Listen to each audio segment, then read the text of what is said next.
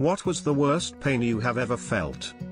Before we begin, do us a favor by clicking that like button, and subscribe to our channel for more top Reddit stories every day.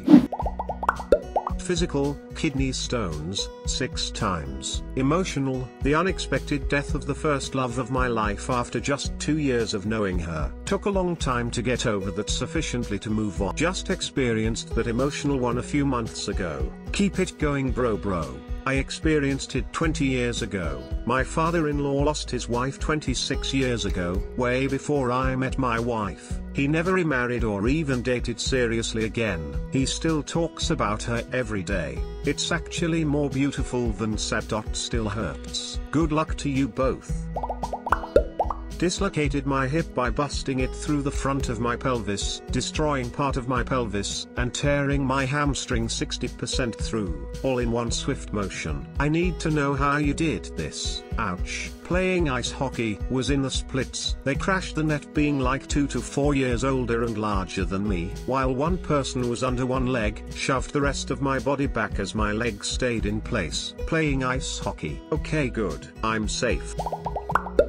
Ectopic pregnancy burst. They said it was the size of a softball. Luckily, I survived. Holy shit, that's terrifying. Glad you made it. Thank you. I appreciate it. It was scary because the nurses told me to call my family and say what I want to say to them because I might not wake up.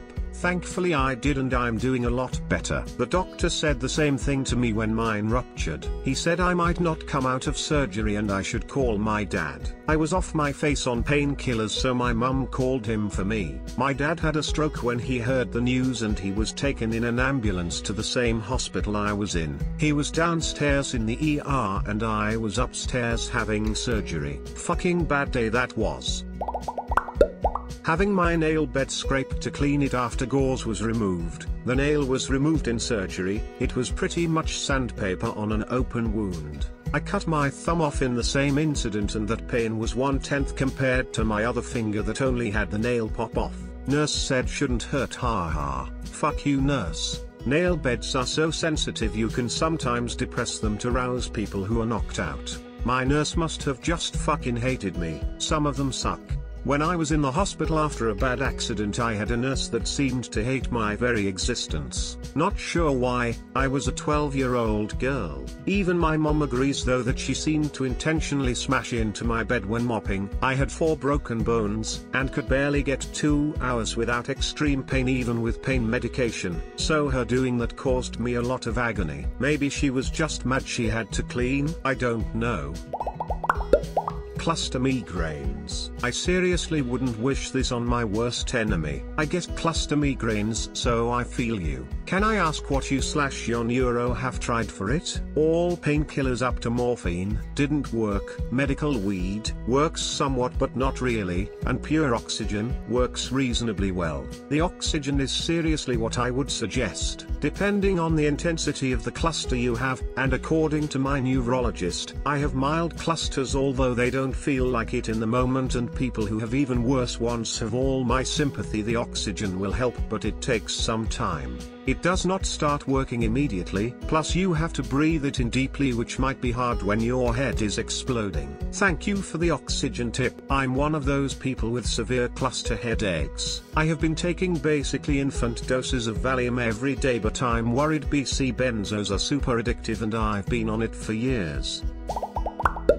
Chest tube being put in or taken out, not sure. They both were equally fucking awful. I came here to say that having my chest tube pulled out pulled the screams out of me too. Really? My chest tubes when I was having fluid drained from my lungs just kind of tickled when they pulled them out. The tube that was going into my stomach through a hole in my back. That thing was constant torture. The tube checks were the worst. I remember having a tube check done and the surgeon hadn't shown, and the nurses were doing it, and the doctor comes in and comes over to me because she sees me laying there on my side with tears streaming down my face. She leans over and says, "Did they give you anything for the pain?" It was the first thing listed on my file. Don't do a tube check without pain control. I told her no, and she ended up lecturing them about reading the patient instructions. The entire hospitalization was the worst for me. Necrotic pancreatitis is a nightmare. Getting a tooth drilled without enough Novocaine. Ditto man. My last cavity was fairly massive because a previous filling had come loose. As my dentist put it, it was close to needing a root canal, so it was close to the nerve root. I frequently don't respond optimally to lidocaine, so it was not a huge surprise to me when I could feel everything. But my aversion to pain is second only to my aversion to spending an extra second in the dentist office, so I decided to tough it out. In retrospect, I really kinda wish I hadn't. My dentist refused to give me any type of painkiller, let alone sedation, when she did my root canal. I have no words to describe how much that hurt, but no amount of yelling and crying could change her mind. Needless to say, I go to a different dentist these days. The root canal was so badly done that said new dentist had to extract the tooth. There was nothing left to save. So all that pain was for nothing as well. I'd sue for malpractice. That's fucking absurd. When I still had my ovaries, I would get cysts on them during a particularly stressful time in my life. There were a few instances of said cysts rupturing that happened to apparently be on the larger side. Edit 1, grammar and whatnot. Edit 2, wow, thanks for the silver. I didn't expect this comment to blow up. I feel. The worst was when I had a hemorrhagic ovarian cyst burst and I was down for literally a week in so much pain before it lessened. I've broken bones that hurt similarly or less than that. 0-10 would not recommend. I had endometriosis in the early 70s before it had been properly diagnosed. Can tell you how many genos suggested I see a psychiatrist. I used to pass out from the pain. My stepbrother had killed himself, and when my mom told me, it felt as though my heart was literally being ripped out of my chest. When I think about the day she told me, I can still feel that pain. My brother killed himself 5.5 months ago and it feels like it just happened yesterday. I can still feel the ache in my chest and my screams in my throat. This is the worst pain, by far. P.S. I hope you're doing okay. The pain is indescribable. I'm very sorry for your loss and I hope that you're doing okay as well. My stepbrother killed himself in 2016, and I want to tell you that the pain never goes away, but every day it gets a little easier. Take it one day at a time and allow yourself to cry. This is the best advice I have for crying. Make an appointment with yourself at what time you're available to cry and then let it all out at that time. I used to make appointments to cry for after school and when I was by myself. I know it sounds crazy, but it will make you feel like you have more control over yourself and the situation. I really do wish you and your family the best. Stay safe, you are loved. I feel very sorry for both of you, your families, and all people who go through this. I always say that physical pain is nothing compared to psychological pain one can experience. This is why communication between people, especially families, is important. I really hope they are now in a better place.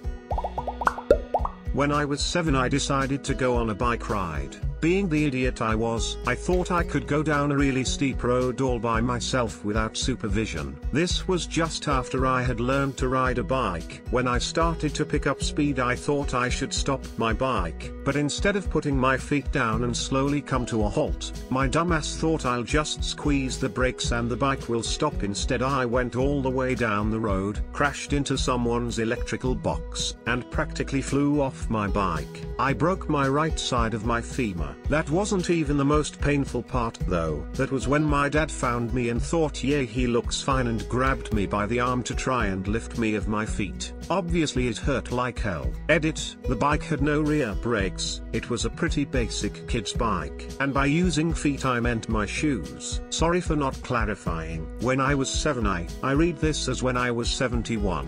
Was happy to find a person on Reddit older than me, though I wondered why it took you so long to learn to ride a bike. I guess I should go ahead and get those reading glasses. That cracked me up.